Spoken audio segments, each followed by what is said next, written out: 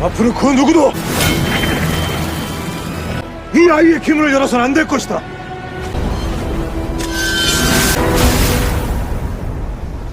Sebelum lanjut ke pembahasan, seperti biasa, jika kalian suka, silahkan subrek aja agar kalian tidak ketinggalan video-video dari di series dan sekaligus akan menjadi penyemangat. Dan ketiga, kita akan diberitahu alasan kenapa Janggang mengunci pintu sihir anak itu. Karena dia tidak ingin jika sudah besar dia akan mencari jati dirinya dan akan mengikuti jejaknya.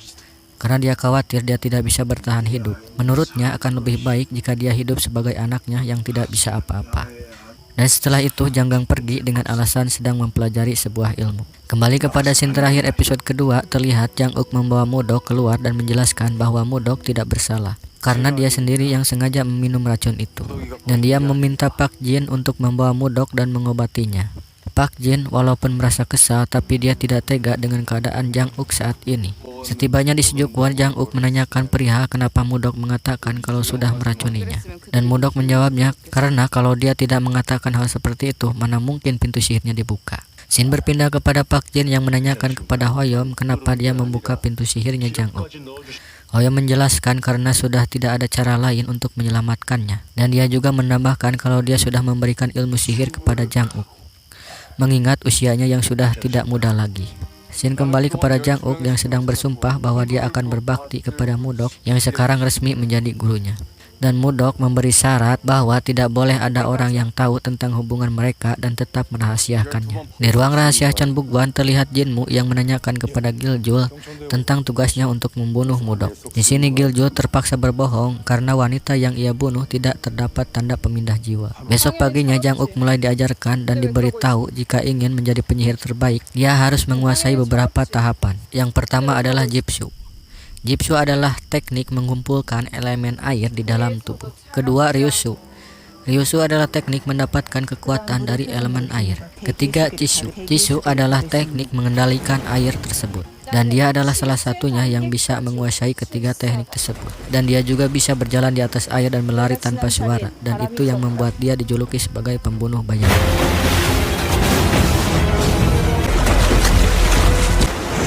내가 지난 자리엔 바람이 불었다. Dan Modok mengatakan kalau butuh waktu paling cepat 5 tahun untuk menguasai Jipsu. Setibanya di rumah, Modok langsung memeriksa sumber energi yang diberikan Hoyom kepada Jang Uk. Dan benar saja, Modok mengetahui kalau ada energi yang luar biasa di dalam perutnya Jang Uk. Scene berpindah kepada Pak Jin yang meminta Hoyom supaya mengambil kembali energi yang ia berikan kepada Jang Uk. Akan tetapi Hoyom menjelaskan agar tidak terlalu khawatir karena Jang Uk tidak mungkin bisa melakukan apa-apa. Lagi pula menurutnya Jang Uk tidak mengetahui kalau ada energi yang besar di dalam dirinya. Di tempat lain Modok menyuruh Jang Uk untuk mencuri energi yang dimusuhkan Hoyom ke dalam perutnya.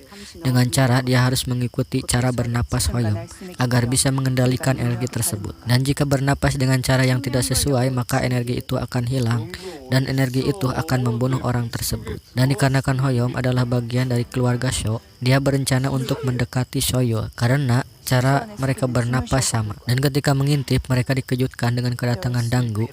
Dan dengan terpaksa mereka berbohong kalau Modok mencintai Soyo. Dan Danggu akan membantu supaya mereka bisa dekat. Sementara itu Jang Uk dipanggil oleh Hoyom yang berniat akan mengambil kembali energinya. Dan Jang Uk berbohong kalau dia masih merasa pusing, mual dan lemas.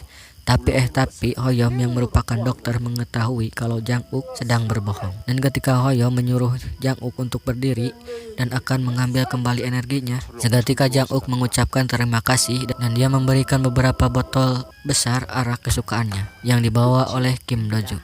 Dan seketika dia bahagia dan lupa kalau dia akan mengambil energinya.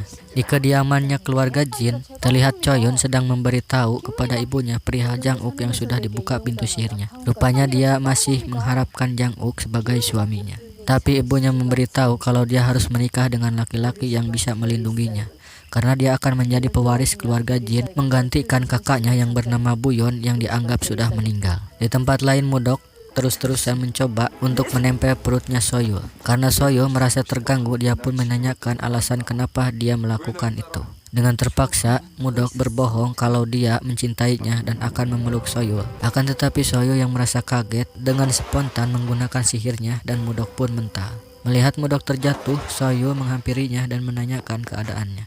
Dan kesempatan itu dimanfaatkan Mudok untuk memeluknya kembali. Tapi tidak sengaja dia melihat peluit di pinggangnya Soyul yang mana peluit itu pernah diberikan kepadanya sewaktu dia menjadi naksu dan langsung mengambilnya. Soyul kembali mendorong Mudok hingga peluit itu terjatuh dan mengatakan kalau apa yang dilakukannya percuma karena Jang-uk tidak akan bisa melakukan teknik bernapas seperti dirinya. Setelah Soyo pergi, Mudok memainkan peluit itu. Soyo yang melihat hal itu kembali teringat masa lalunya bersama Naksu dan meminta peluit itu dikembalikan. Dan Mudok ingin adanya pertukaran. Kalau dia diberitahu teknik pernapasannya, maka dia akan mengembalikannya. Karena peluit itu sangat berharga menurut Soyo, dia pun mengizinkannya dengan 3 tarikan napas. Dan tidak lama setelah itu, Jang-uk menghampirinya dan mengatakan kalau dia juga mengetahui teknik pernapasan Hoyom karena dia menggendongnya karena mabuk. Di depan kerajaan, putra mahkota atau kita sebut saja pangeran sedang memperlihatkan kemampuannya, yang ternyata dia adalah muridnya Jinmu. Setelah selesai, Jinmu memberitahu kalau dia sudah mencapai teknik Ryusu, dan dia juga memberitahu perihal Jang-uk yang mengambil pedang Naksu dan perihal dibukanya pintu sihir Jang-uk. Mendengar hal seperti itu, pangeran berniat akan menghancurkan Jang-uk dan akan mengambil kembali pedangnya. Di Songrin, Pak Jin menyuruh anak buahnya untuk memanggil Jang-uk dan memberikan pedang ayahnya. Karena dia sudah berjanji kepada Jang-uk kalau dia bisa mencabut pedang itu, maka Jang-uk akan diterima di Songrin. Dan Pak Jin mengingat kembali kata-kata Janggang yang mengatakan bahwa waktu Jang-uk lahir ada energi bahwa Jang-uk ditakdirkan sebagai raja. Kalau sampai itu terjadi, maka kerajaan akan kacau balau. Dan itulah alasan mengapa Janggang mengunci pintu sihir Jang-uk. Dan Pak Jin terus berusaha menjauhkan Jang-uk dari ilmu sihir dan seakan-akan tidak mau kalau Jang-uk memiliki ilmu sihir. Setibanya Jang-uk di Songrim, Pak Jin memberikan pedang milik Janggang dan mulai hari itu Jang-uk diusir dari Songrim. Akan tetapi ketika Pak Jin menanyakan rencananya dengan terus terang, Jang-uk menjawab kalau dia menghilangkannya. Dan atas kejadian itu Jang-uk dihukum dengan hukuman 100 kali pukulan. Dan di pukulan terakhir Jang-uk meminta agar Pak Jin melakukannya sebagai penghormatan baginya.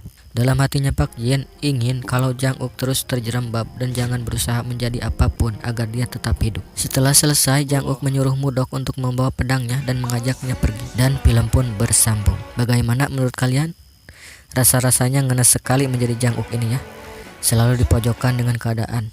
Dan Pak Jin harusnya terus terang aja gitu ya. Kayaknya lebih sakit Pak Jin karena dia harus terus-terusan membohongi dirinya sendiri bahwa yang sebenarnya dia begitu menyayangi Jang-uk. Oke lah, tanpa panjang lebar, kita akan mengetahui bagaimana nasib Jang-uk selanjutnya di episode keempat.